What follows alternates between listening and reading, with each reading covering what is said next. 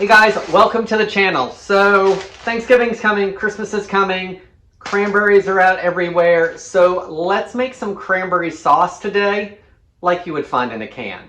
We're gonna make jellied cranberry sauce. I'm Jamie with SavorySaver. I share gluten-free recipes, tips, tricks, and resources to make your gluten-free lifestyle easier.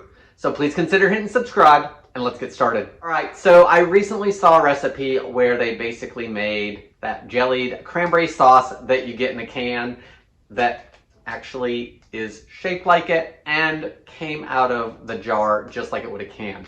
So I thought that would be a fun recipe to try. You can use fresh or frozen cranberries. It says 1 pound of fresh or 12 ounces of the bag stuff. So I'm just gonna use the bag stuff. It's been in the freezer, it needs to be used. These things last a long time in the freezer, so buy them on sale. If you use them, pop them in the freezer and you're good to go. They're still frozen, but I am gonna rinse them off before I use them. So they'll thaw a little bit there, and I think we'll be fine cooking the rest of them from semi-frozen.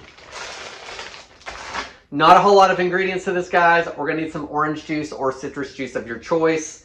We're gonna use some white sugar, and you can season it how you want with a couple of those warming spices. So this doesn't take a long time, and I'm gonna make it today, and then I'm actually gonna let it sit overnight so it firms up nicely, because Tara has offered to do a taste test. So at the end of the video, we'll get her in here along with me to unmold that jellied cranberry sauce as well as give it a taste.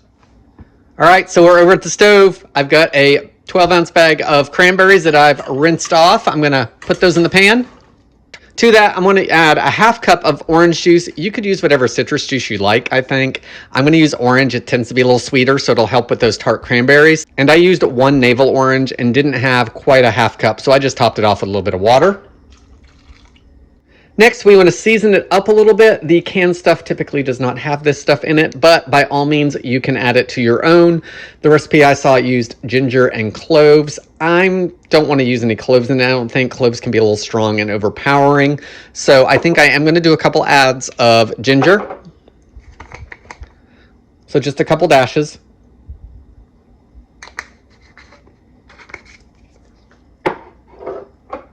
And I think because I like cinnamon, I'm just going to put a little dash of cinnamon in there as well.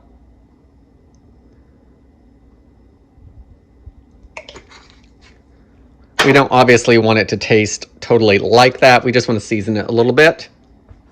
Now I'm going to turn the heat on to medium-high. We're going to give everything a good stir and bring it up to a simmer.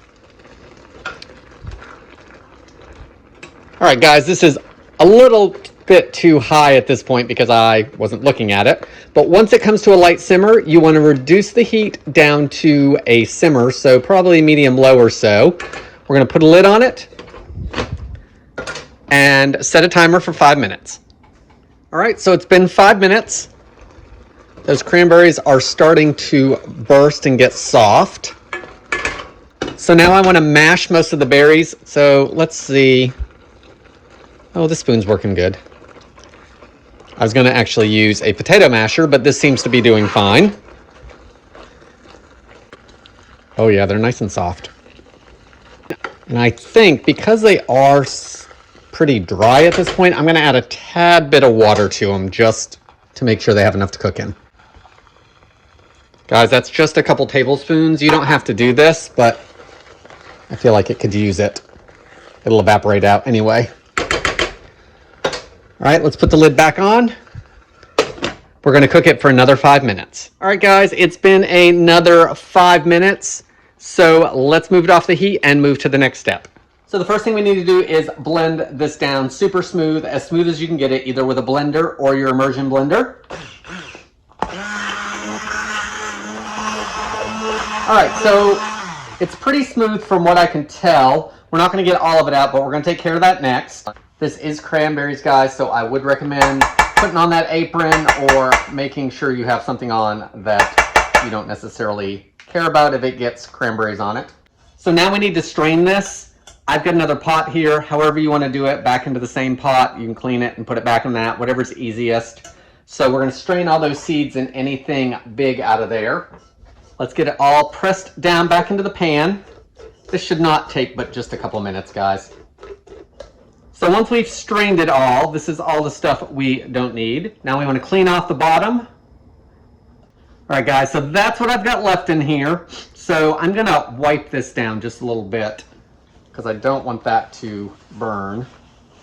Now we want to add some sugar. I'm going to add 3/4 of a cup because I'm using a 12-ounce bag of cranberries and not a pound.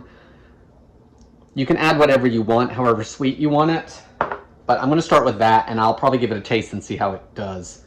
So I'm going to give it a stir to try to get all that sugar dissolved. So now you can see that it's smoothed back out some. So now let's move it back to the stove, and we're going to just cook it for a few minutes. So now I've got it over medium-high heat, and we want to bring this up to a boil. All right, guys, it has come up to where it's starting to sputter and all that, so it's not boiling yet, but it is bubbling. So we want to cook this for about 3 minutes while it's doing this. I'm actually going to put a lid over it just to keep some of those splatters down. So let's give it a 3 minutes, and then we'll finish it off. You want to stir this often because we don't want the sugars to burn. So I would say give it a stir every probably 30 to 45 seconds just to be on the safe side. We are down to the last 10 seconds or so, so let's finish this off for today. So I've got 2 8-ounce glasses here, and the recipe actually said to use glasses with straight edges just to make it easier to get out of the mold, of course. You could use whatever kind of mold you want. Should make about 2 cups. It smells like the regular cranberry sauce, and it's starting to gel up really quickly too. So let's see how this does. Because that's what I have left. I'm not going to put that in a jar. So I got 1. Since I don't have enough for another jar, I'm just going to transfer this into the bowl. All right, so there's what's left. We're going to do one final thing with this. I am going to tap it some on the counter to level everything up as best I can. And I've got a damp paper towel, so I'm just going to wipe it down a little bit so it's not sticky. Put my lid on it, and then I'm going to let it cool for a little bit on the counter just until it's not scorching hot before I put it in the fridge. It says to chill this for 2 to 24 hours before trying it, so we're going to pop it in the fridge overnight, and then Tara and I will test it tomorrow. So let's jump ahead. All right, guys, so Tara is here. It is the same day. I was going to wait until tomorrow, but it's been about 4 hours, and this looks like it's gelled up. So I think we're going to try it today, and then once we see if we both like it, we'll see if we can get this out of the jar. Tara has to go out to get her hair done, so while she's doing that, we'll get this out of the jar and do any recipe notes. So... Can I smell it? Yeah. Oh, yeah, I can smell it. Yes. Does it smell like the jarred stuff? Or the canned stuff? No. No? Okay. All right, so... Oh yeah, it's very gelled. So that's what it looks like. It is very gelled. So I would say do your 2 hours if you need to, or overnight is fine. I'm excited about this. I like cranberry sauce. I actually bought some in a jar or can. Oh yeah, and I couldn't find it. It must be your mother's. Mm-hmm. So this is much firmer than the jar. Mm-hmm. It has more texture. It doesn't taste like solidified congealed liquid. Yeah. You know how I feel about that. But it's got enough cranberry taste where it's got just enough tang. Okay, so the texture is thicker and more texture probably because it's the whole cranberries that we strained as opposed to, I don't know, maybe the canned stuff is like juice that they've gelled. I don't know. Mm-hmm. I wonder what would, if it was not cold, if it would be a little bit, I don't know, I'm not sure if looser is the word, but because it's firm. It is firm. I don't know if it loosens up if we warm it up or if we let it at room temperature, if it loosens back up or not. I will say I tried it when it was, before I cleaned the pots. Yep. And it was much more like a jam consistency. Oh, okay. So it was... So it was a little bit more jammy because it hadn't congealed with the pectin that's in the... But I gotta tell you though, I feel like this would be really good on a piece of toast. Well, we're gonna have a whole bunch. Oh, that's good. So... Yeah. So is this what we get to eat for Thanksgiving? Well, we have to make some more. I don't know if that'll last until Thanksgiving. So taste-wise, we just did, I would say about a 1/4 cup of sugar per 4 ounces of berries. So I did a 12-ounce bag. If I keep doing this, I guess so. It's going to be all the recipe notes, isn't it? All right, so let's just do a taste. This is by taste. You like it. Yeah, I do You like the it. texture. Yeah. The texture is definitely denser than what you're going to get out of the can. Oh, yeah. Yeah, but I mean, it's also fresh ingredients. It's Right. not like you're buying the stuff from the can, so Right. I think it's good. Yeah, so this was refined sugar, but it was not high fructose corn syrup, which I think is what I saw in one of the cans that I looked at. Yeah. All right, so Tara likes this. Taste and texture wise, it's good. It is sweet enough. Oh, yeah. Yeah, definitely. It's not too tart, not too sweet. But we are going to try to get that one out of the jar on camera. So Tara thinks this is a win. I think taste-wise this is a win. Let's see if we get out of the jar, and we'll do any final recipe notes and finish up this video. All right, guys. Tara's at her hair appointment. Oliver's now home with me. It's been another hour or so since Tara and I tasted it, so this is chilled for another hour and a half. I really don't think it needs to be a full overnight chill. I would think 3 or 4 hours. So let's see what this does as far as getting it out of here, and then we'll do some recipe notes. All right, so I've got some very warm water here. It is warmer than tap water, but it's not quite boiling. I took some hot tap water and then actually mixed it with a little bit of boiling water. So let's see about 30 seconds if we can get this loosened up. And I may need to add more water. And then I think, oh yeah, I think we're good. All right, so we want to take it out.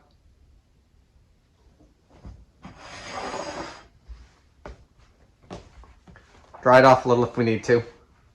Take your knife or spatula or whatever and just run around the side of whatever it is you've gelled it in. And then hopefully,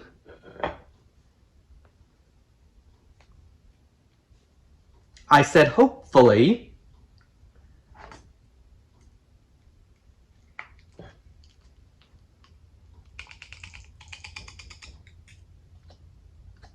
I can hear it.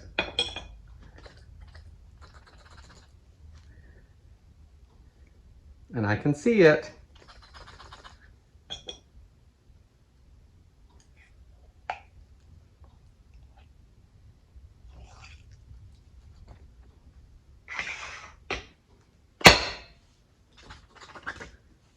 There we go. All right, guys, there we go. It kind of matches the plate. So let me change that plate out so we can actually see it a little bit better. And then we will see how it slices. All right, here we go. You can see it is a nice shape. Let's get it sliced.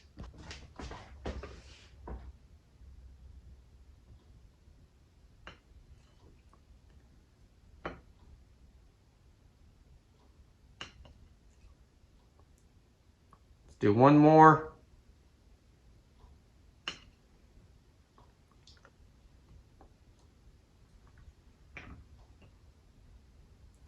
All right, guys, let's talk about this. Okay, it's all sliced up great. Let's do a few recipe notes. So 12 to 16 ounces of cranberries, your choice.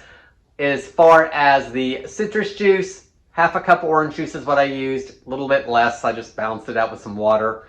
And then I did add a couple more tablespoons as it was cooking, just to give it a little bit more liquid to cook in. I don't think it messed up anything at all. Seasonings. If you want to season it, by all means, use those warming autumn spices like cinnamon, ginger, cloves, nutmeg, anything that you want along those lines. Couple dashes at most of each, 2 to 3 dashes. And if you don't want to use them, don't use them. Sugar. I used refined sugar. I would say about a 1/4 cup of sugar per 4 ounces of cranberries. So I used 3/4 cup for the 12 ounces. So if I was doing a pound, I would add that extra 1/4 cup. You could probably also try using some of like maple syrup or something. I would try that. That's a good idea. I don't know if it'll gel up the same or not. It's going to be how that pectin and that maple syrup react, of course. But texture-wise, this is a lot firmer. I think it's a lot better than the jellied cranberry sauce in a can as far as texture. It's a much denser texture. It's all fruit.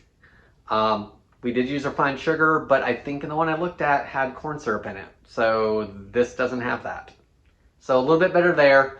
Cost-wise, cranberries are on sale this year. I've seen them, around $1 to $1.50 for a 12-ounce bag. Plus, if you count the sugar, the price of an orange. So cost-wise, you're probably going to do better with a can.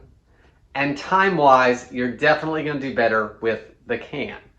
But if you like to do things homemade, or you like the fact that there's, you know what's in here, then I would go this route. And if you did the 16-ounce bag, you'd get 2 of these 8-ounce jars, which is going to be about the same thing as a can. As far as storage, keep it in the fridge. I would say it'll last a few days fine, maybe even a week. I don't know, like probably, I can't see where it's going to last quite as long as the processed stuff, but it should last for a while in the fridge. Just keep an eye on it.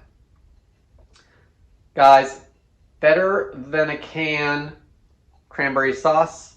What do you think? Would you make this? Would you not make this? Do you make this? Or what is the favorite way that you like to make cranberry sauce, if you even like it? Sometimes cranberry sauce is one of those polarizing foods. In any case, guys, if I do not see you before the holiday, have a wonderful Thanksgiving. And if we manage to get another video in before the holiday, we do. Guys, I want to thank you so much for watching. And as always, I hope to see you in the next video.